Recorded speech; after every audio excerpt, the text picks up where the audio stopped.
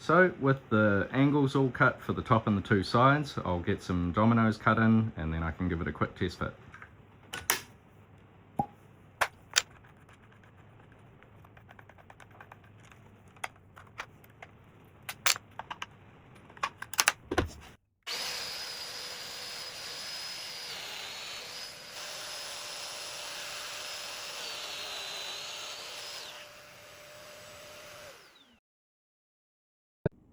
So I got all the dominoes cut in this, which is the top panel, and I went to get everything assembled on the bench and did a quick test fit, and unfortunately realized that I had cut the steeper angle wrong on the top panel. So in my drawing I've got a 98-degree outside measurement of that angle for the downward slope, which is the same, bear with me, the same as this down here. It's the 82 or 98-degree angle depending on how you measured it.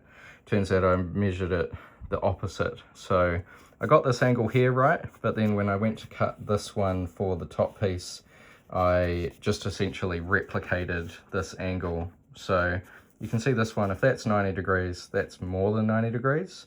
This one here, I did it more than 90 degrees. So my top panel ended up sloping down too much. So in the heart of full transparency, there's a little boo-boo, and I'm re-gluing a new top panel. So I'll make sure I cut the angles on this one right this time. So I didn't film it, but after my little faux pas of cutting the angles wrong on the top piece last time, I've remade the panel and recut the correct angles, hopefully this time. So I've done that on both the top piece and recut the angles on the side pieces. So I've got the bottom part all squared up and ready to go. So I'll quickly plonk this together and make sure everything lines up.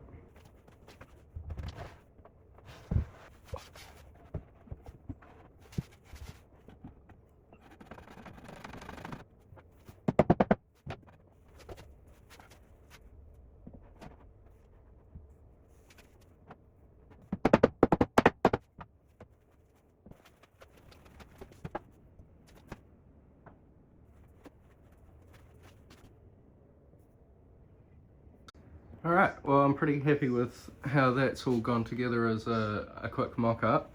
Now I'm going to have to take it all apart again and start working on the connection points between these two pieces, because obviously the whole reason I'm doing this split down the middle is so I can actually install it into the house. It's up a flight of stairs and going into a small nook in a lounge, in a dining room.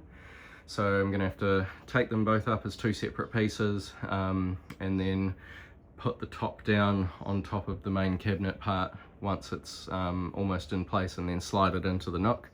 And to get perfect alignment, I'm going to have to use a combination of dominoes and some festal connectors, which are these things, which will go in and draw the two pieces together.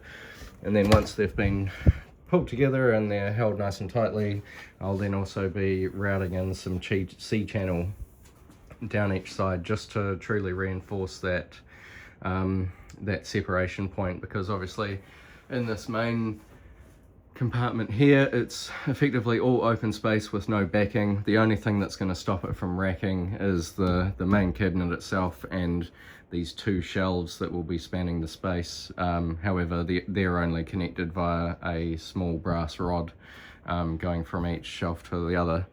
So I'm really relying on this joint being nice and strong and being reinforced as much as possible. So this is what I've got so far in terms of layout for my connections that will be bridging the gap.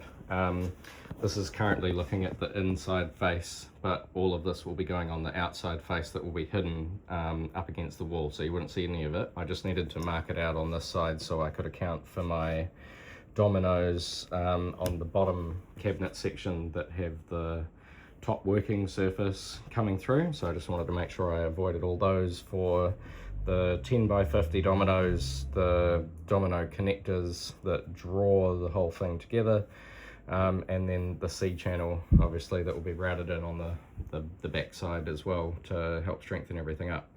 So I think I've worked out that that's probably the best way to lay everything out for now, and I'll just transfer all those lines that I've got marked out for the connectors and the dominoes down the faces and then back onto the other sides, keeping everything nice and square so it all lines up on the final piece.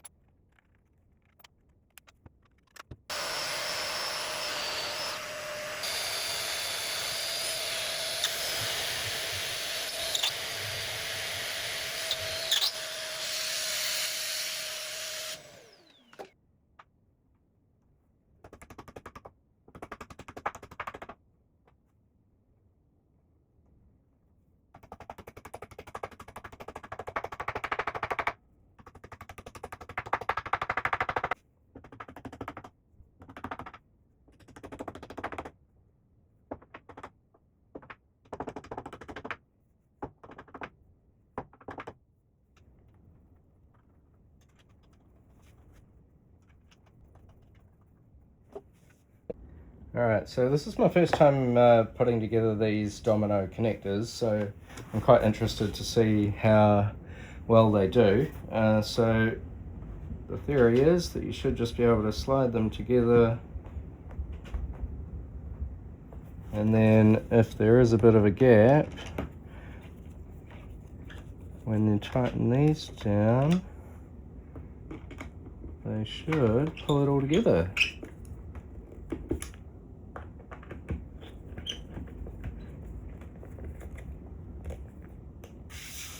Well, I guess they work pretty well. I still think it's a good idea that I'm going to be putting the C channel through there, because obviously those dominoes, although there's what, 1, 2, 3, 4 of the 10x50 ones holding it upright, they only go into each piece 25mm. So I think it's a good move having the C channel. I'll probably offset it a bit so it comes up more up the linear support, and then has two